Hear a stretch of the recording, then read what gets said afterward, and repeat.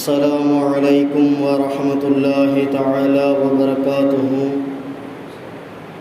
إن الحمد لله نحمده ونستعينه ونستغفره ونؤمن به ونتوكل عليه ونعوذ بالله من شرور أنفسنا ومن سيئات أعمالنا. من يهده الله فلا مضل له ومن يضلله فلا هادي له.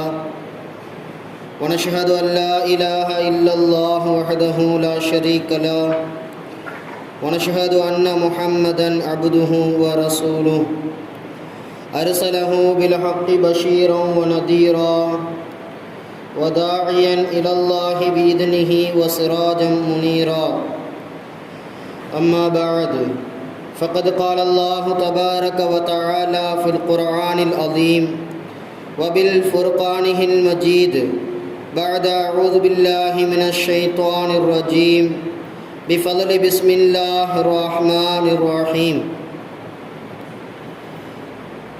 وأقيم الصلاة طرفي النهار وزلفا من الليل إن الحسنات يذهبن السيئات ذلك ذكرى للذاكرين. وقال أيضا: وأقيم الصلاة إن الصلاة تنهى عن الفحشاء والمنكر ولذكر الله الأكبر والله يعلم ما تصنعون. صدق الله العظيم وصدق رسوله النبي الكريم ونحن على ذلك من الشاهدين والشاكرين والحمد لله رب العالمين. وقال رسول الله صلى الله عليه وسلم: إنما الأعمال بالنيات وإنما لكل امرئ ما نوى. وقال صلى الله عليه وسلم: أي الأعمال أفضل؟ قال: الصلاة في أول وقتها، أو كما قال صلى الله عليه وسلم. எல்லா புகழும் புகழ்ச்சியும் நம்மை எல்லாம் முஸ்லிம்களாக முஃமினாக படைத்து மேலும் கண்மணி நாயகம் ரசூலுல்லாஹி ஸல்லல்லாஹு அலைஹி வஸல்லம் அன்னவர்களின் உம்மத்திலே ஒரு அங்கத்தினராக ஒருவராக ஆக்கினானே. அப்படிப்பட்ட அல்லாஹ்விற்கு அனைத்து புகழும் உண்டாகட்டுமாக. அல்ஹம்துலில்லாஹ் அல்ஹம்துலில்லாஹ். அவனுடைய சாந்தியும் சமாதானமும் அளவற்ற கருணையும் கிருபையும் எம்பெருமானார் முஹம்மது முஸ்தபா ரசூலே கரீம் முஜ்தபா ஸல்லல்லாஹு அலைஹி வஸல்லம் அன்னவர்களின் மீதும் அன்னவர்களின் வாழ்க்கையை அடிபெறாமல் அப்படியே பின்பற்றி வாழ்ந்த உத்தம சத்திய சஹாபாக்கள், தாபிஈன்கள், தபா தாபிஈன்கள், வலிமார்கள், இறைநேச செல்வர்கள், சாலிஹான நல்லடியார்கள், குறிப்பாக இந்த அவையிலே வந்து அமர்ந்திருக்கின்ற நம் அனைவர்களின் மீதும் இன்னும் வர இருக்கின்ற ஊரார்கள், ஜமாத்தினர்கள் அனைவர்களின் மீதும் அல்லாஹ்வினுடைய சாந்தியும் சமாதானமும் அளவற்ற கருணையும் கிருபையும் என்றென்றும் நின்று நிலவட்டுமாக. ஆமீன் ஆமீன் யா ரப்பல் ஆலமீன். அன்பிற்கினிய அல்லாஹ்வின் நல்லடியார்களே, நாமெல்லாம் அல்லாஹ்வை வணங்கி வழிபடுவதற்காக அவனுக்கு பிடித்தமான ஒரு இடத்திலே அவனுடைய இல்லத்திலே ஒன்று கூடியிருக்கின்றோம். அல்ஹம்துலில்லாஹ். இதுபோல் எல்லா நாட்களும் அவனை வணங்கி வழிபடுகின்ற நல்லடியார்களாகவும் அவன் எதையெல்லாம் செய்யும்படி நமக்கு ஏவிருக்கின்றானோ, எதையெல்லாம் ஹலாலாக நமக்கு ஆக்கியிருக்கின்றானோ அனைத்து விதமான நல்ல காரியங்களை செய்பவர்களாகவும் நல்லவர்களாகவும் அவன் எதையெல்லாம் விட்டும் தவிர்ந்திருக்கும்படி நமக்கு ஏவிருக்கின்றானோ அனைத்து விதமான தீய காரியங்களிலிருந்தும் ஹராமான காரியங்களிலிருந்தும் தவிர்ந்தவர்களாகவும் இருக்கக்கூடிய பாக்கியத்தை வல்ல ரஹ்மான் நம் அனைவர்களுக்கும் தந்தருள் புரிவானாக. ஆமீன் ஆமீன் யா ரப்பல் ஆலமீன். அன்பிற்கினிய அல்லாஹ்வின் நல்லடியார்களே, ஒரு மனிதன் இஸ்லாத்தை ஏற்றதற்கு பிறகு அவனுடைய வாழ்க்கையிலே அவன் அடுத்த நல்லமல் செய்ய வேண்டும் என்று சொன்னால் இஸ்லாம் அவனுக்கு அடுத்த நல்லமலாக அவன் அடுத்து எதனை செய்ய வேண்டும் என்று ஏம்புகின்ற பொழுது அவன் தொழுகையை நிலைநாட்ட வேண்டும் என்பதாக இஸ்லாம் நமக்கு அறிவுரை சொல்லி தருகின்றது. சென்ற வாரத்திலே தொழுகைக்கும் ஒரு முஸ்லிமுக்கும் மத்தியிலே உள்ள நெருக்கம் என்ன என்பதை குறித்தும், ஒரு முஃமின் தொழுகையை எந்த அளவிற்கு நிலைநாட்ட ஆசைப்பட வேண்டும், ஒரு முஃமின் லா இலாஹ இல்லல்லாஹ் கலிமாவை சொன்னதற்கு பிறகு அவனுடைய வாழ்க்கையிலே மிகப்பெரிய அங்கமாய் தொழுகை இருக்குகின்றது என்பதை குறித்தான விஷயங்களை சென்ற வாரத்திலே நாம் பார்த்தோம். அன்பிற்கினிய அல்லாஹுவின் நல்லடியார்களே, அதே வரிசையில் ஒரு முஃமின் தொழுகையை சரியான முறையிலே நிலைநாட்டுவானேயானால் அவனுடைய வாழ்க்கை எந்த அளவிற்கு மாறுபடும், தொழுகையை ஒருவன் நிறைவேற்றுவதன் மூலமாக ஒருவனுடைய வாழ்க்கையிற்கு கிடைக்கக்கூடிய மதிப்புகள் என்ன, சிறப்புகள் என்ன என்பதை குறித்தான விஷயங்களை நாம் கொஞ்சம் சிந்தித்து பார்க்க வேண்டும். அதனை நாம் கொஞ்சம் சிந்தித்தோமேயானால் நம்முடைய வாழ்க்கையிலே தொழுகையை நாம் தவறாமல் தொழுவதற்கு அது ஒரு வாய்ப்பாக அமைந்துவிடும் என்பதை நாம் புரிந்து கொள்ள முடியும் நண்பர்களே. காரணம், தொழுகையை குறித்து அல்லாஹ் தன்னுடைய திருமறையிலே நிறைய விஷயங்களிலே நிறைய இடங்களிலே அல்லாஹ் சொல்லித் தருகின்றான். பல இடங்களிலே அல்லாஹ் தொழுகையை நீங்கள் நிலைநாட்டுங்கள் என்பதாக சொல்லுகின்ற பொழுது, அந்த தொழுகையை நாம் நிலைநாட்டுகின்ற பொழுது நம்முடைய வாழ்க்கை எப்படி மாறும் என்பதை குறித்து அல்லாஹ் நிறைய இடங்களிலே சொல்லுவான். அப்படி ஒரு இடத்திலே 21வது ஜுசுவினுடைய 1வது அத்தியாயமாய் அல்லாஹ் அழகான முறையிலே அந்த அத்தியாயத்திலே பேசுவான். அகீமி ஸலாத்த இன்ன ஸலாத்த தன்ஹா அனில் ஃபஹ்ஷாயி வல் முன்கர். நிச்சயமாக தொழுகையை நீங்கள் நிலைநாட்டுங்கள், நிச்சயமாக அந்த தொழுகையாகிறது தன்ஹா அனில் ஃபஹ்ஷாயி வல் முன்கர், மானக்கேடான விஷயங்களிலிருந்தும் தீய காரியங்களிலிருந்தும் பாவமான காரியங்களிலிருந்தும் உங்களை தடுக்கின்றது என்பதாக அல்லாஹ் தொழுகையை குறித்து அழகாக பேசுவான்.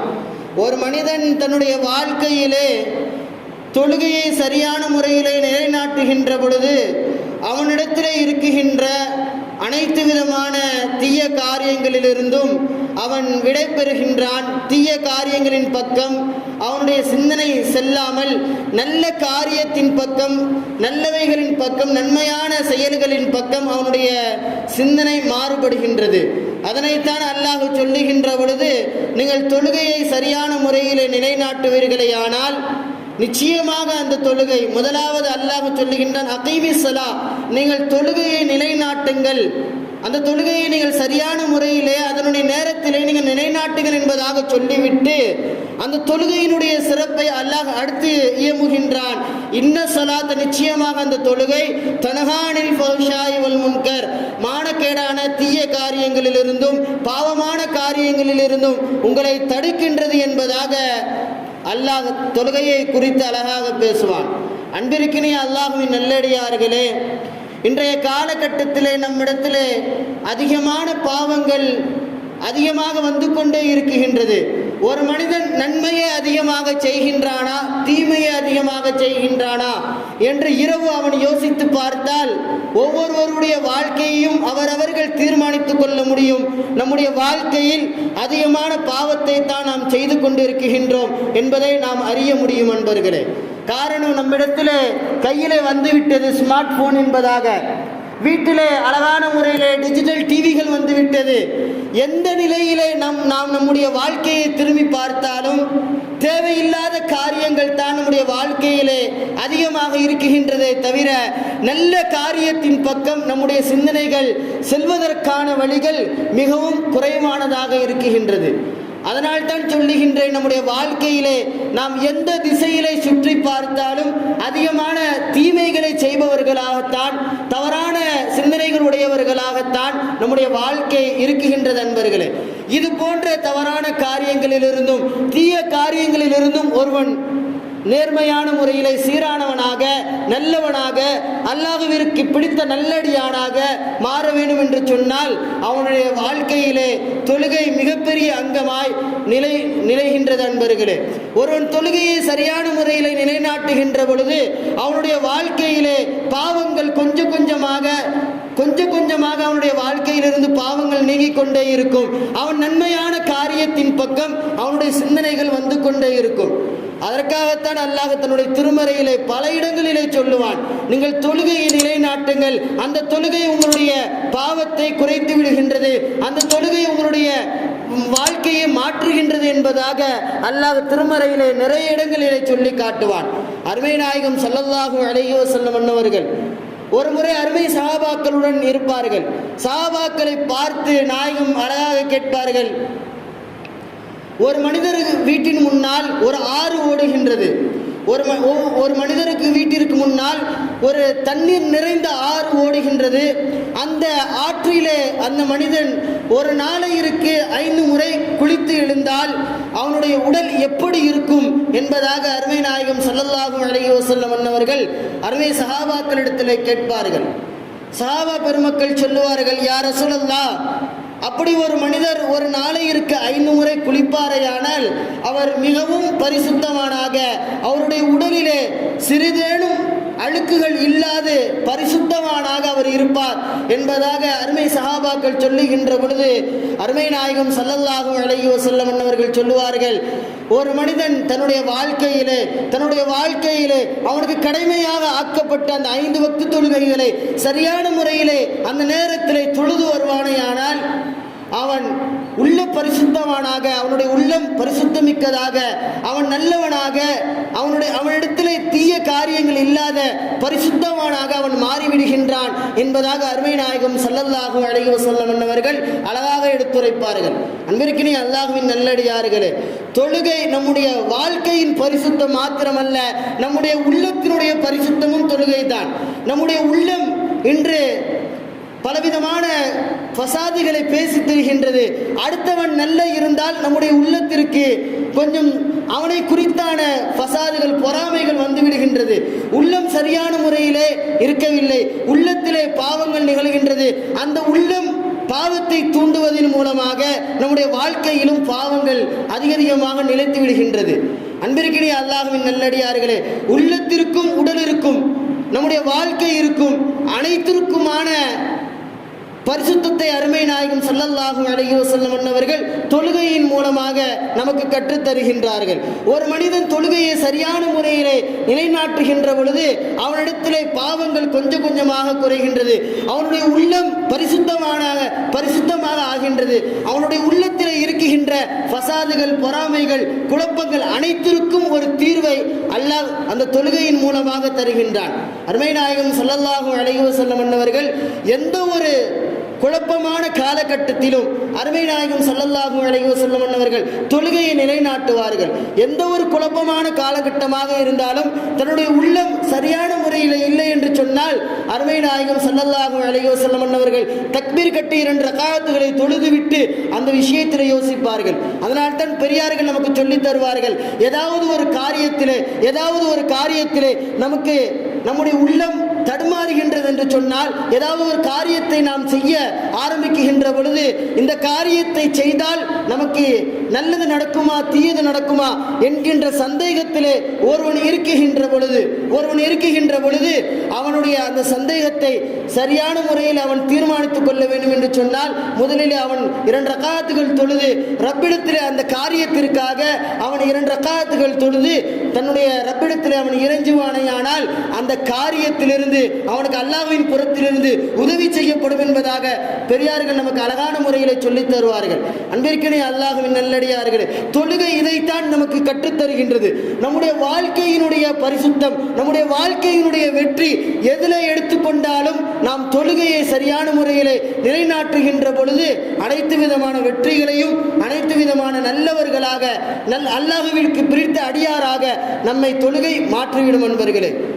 உஸ்மான் ரலியல்லாஹு அவர்கள் ஒரு இடத்திற்கு சென்று விட்டு வருகின்ற பொழுது ஒரு இடத்திலே தங்களுடைய கூட்டத்தார்களுடன் அமருவார்கள். அந்த கூட்டத்திலே பாங்கு சொல்லக்கூடிய ஒரு நபர் இருப்பார். அவரை அழைத்து பாங்கு சொல்லிவிட்டு உஸ்மான் ரலியல்லாஹு அவர்கள் சொல்லுவார்கள், ஒரு மனிதன் இந்த லுஹருடைய தொழுகையை ஜமாத்தாக தொழுது விடுவானையானால் அவன் ஃபஜ்ருடைய தொழுகையை தொழுது இருந்தால், அவன் ஃபஜ்ருடைய தொழுகையை தொழுது இருந்தால் ஃபஜ்ருக்கும் லுஹருக்குமான நேரத்திலே அவன் ஏதாவது சிறுபாவங்கள் செய்து இருந்தால் அந்த சிறுபாவத்தை இந்த லுஹருடைய தொழுகை அழித்து விடுகின்றது என்பதாக சொல்லிவிட்டு சொல்லுவார்கள். அதே போன்று ஒருவன் அசருடைய தொழுகையை ஜமாத்தாக தொழுவானேயானால் அசருக்கும் லுஹருக்கும் மத்தியிலே அவன் ஏதாவது தீய காரியத்தில் ஈடுபட்டு இருப்பானேயானால் அந்த தீய காரியத்தை இந்த அசருடைய தொழுகை அழித்து விடுகின்றது. அதே போன்று ஒருவன் மகரிபுடைய தொழுகையை ஜமாத்தாக தொழுதிருப்பானேயானால் மகரிபிற்கும் அசருக்கும் மத்தியிலே உள்ள பாவத்தை அந்த மகரிபினுடைய தொழுகை அழித்து விடுகின்றது. அதே போன்று ஒருவன் இஷாவினுடைய தொழுகையை ஜமாத்தாக தொழுவானேயானால் இஷாவிற்கும் மகரிபிற்கும் மத்தியிலே உள்ள பாவத்தை அந்த இஷாவினுடைய தொழுகை அழித்து விடுகின்றது. அதே போன்று ஒருவன் ஃபஜ்ருடைய தொழுகையை மறுநாள் ஃபஜ்ருடைய தொழுகையை சரியான முறையில் நிலைநாட்டுவானேயானால் ஜமாத்தாக நிலைநாட்டுவானேயானால் அவனுடைய இரவு முழுதும் அவன் ஏதாவது ஒரு பாவத்திலே தன்னுடைய நேரத்தை கழித்திருந்தால் அவனுடைய அனைத்து விதமான இஷாவிற்கும் ஃபஜ்ருக்கும் மத்தியிலே உள்ள பாவத்தை அந்த ஃபஜ்ருடைய தொழுகை அழித்து விடுகின்றது. அது மாத்திரமல்லாமல் அவன் இரவு முழுதும் நின்று வணங்கிய நன்மையை அல்லாஹ் இந்த ஒரு இரவிலே தருகின்றான் என்பதாக உஸ்மான் ரலியல்லாஹு அன்ஹு அவர்கள் தன்னுடைய சஹாபாக்களுக்கு அறிவித்து தருவார்கள். அன்பிற்கினிய அல்லாஹ்வின் நல்லடியார்களே, நாம் ஒவ்வொரு தொழுகையும் தவறாது தொழுவோமேயானால் அந்த தொழுகையிற்கு மத்தியிலே நாம் செய்கின்ற அந்த சிறு பாவங்கள், நாம் ஏதாவது பாவங்கள் செய்திருந்தால் அல்லாஹ்வினுடைய சிந்தனை இல்லாமல் மறந்த நிலையிலே நாம் இருந்திருப்போமேயானால் அல்லது தவறான பார்வைகளை நாம் பார்த்திருப்போமேயானால் தவறான செய்திகளை நாம் பேசியிருப்போமேயானால் தவறான செய்திகளை நாம் கேட்டிருப்போமேயானால் அனைத்தையும் அந்த தொழுகை அழித்து விடுகின்றது. இந்த தீமை அந்த நன்மையை அந்த தீமையை அழிப்பதன் மூலமாக அவன் பரிசுத்தமானாக திகழ்ந்து கொண்டே இருக்கின்றான். அந்த பரிசுத்தம் அவனுடைய உள்ளத்தை பரிசுத்தப்படுத்தும். அந்த பரிசுத்தத்தின் மூலமாக அவனுடைய ஈமான் பரிசுத்தமான ஈமான் வலிமைமிக்க ஈமானாக மாறிவிடுகின்றது.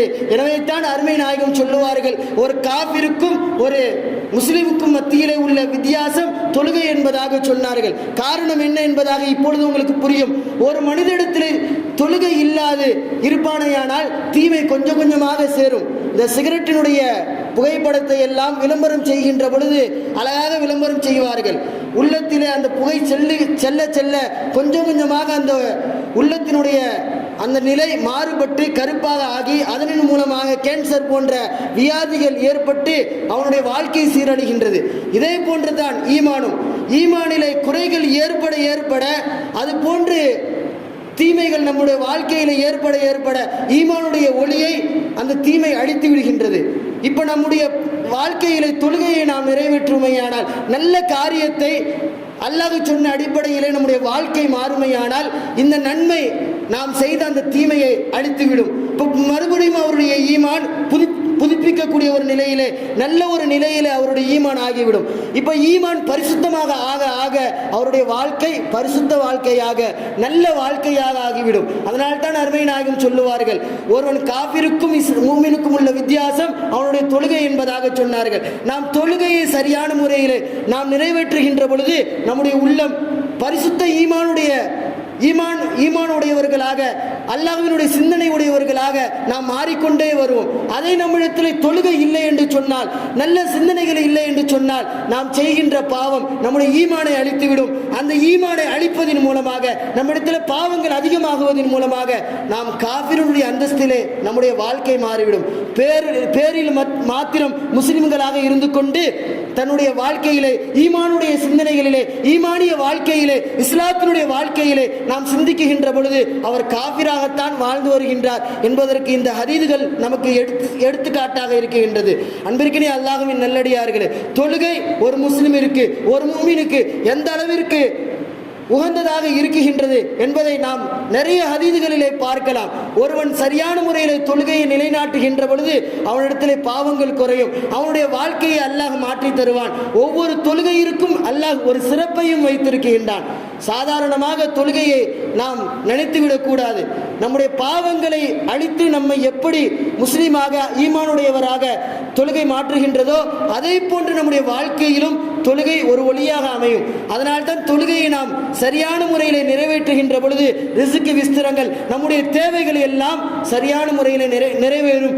ஒருவன் தொழுது விட்டு ரப்பிடத்திலே சரியான முறையிலே இறைஞ்சுவானையானால் அவனுடைய காரியங்களை அல்லாஹ் சரி செய்து கொடுத்து விடுவான். அன்பிற்கினே அல்லாஹ்வின் நல்லடியார்களே, அப்படிப்பட்ட தொழுகையிலே நம்முடைய சமூகம் ரொம்பவும் பின்தங்கியவர்களாக, தொழுகையை பற்றிய சிந்தனைகள் இல்லாதவர்களாக நாம் வாழ்ந்து வருகின்றோம். பள்ளியை நாம் உருவாக்கி வைத்திருக்கின்றோம். பள்ளியிலே வந்து நாம் தொழ ஆரம்பிக்க வேண்டும். அந்த தொழுகையின் மூலமாக நம்முடைய வாழ்க்கையும் அல்லாது நம்முடைய ஊரினுடைய நிலைமையும் சலிசலிப்பான நிலைமையாக மாறிக்கொண்டே இருக்கும். வல்ல ரஹ்மான் அந்த தொழுகையை சரியான முறையில் தொழுபவர்களாக, ஐவேளை தொழுகையை தவறாது தொழுகின்ற நல்லடியார்களாக, ஐவேளை தொழக்கூடிய முசல்லிகளாக வல்ல ரஹ்மான் நம் அனைவர்களையும் ஆக்கி அருள் புரிவானாக. வாஹிர் தஅவானா அனில் ஹம்துலில்லாஹி ரப்பில் ஆலமீன். அஸ்ஸலாமு அலைக்கும் வரஹ்மத்துல்லாஹி தஆலா வரகாத்துஹு.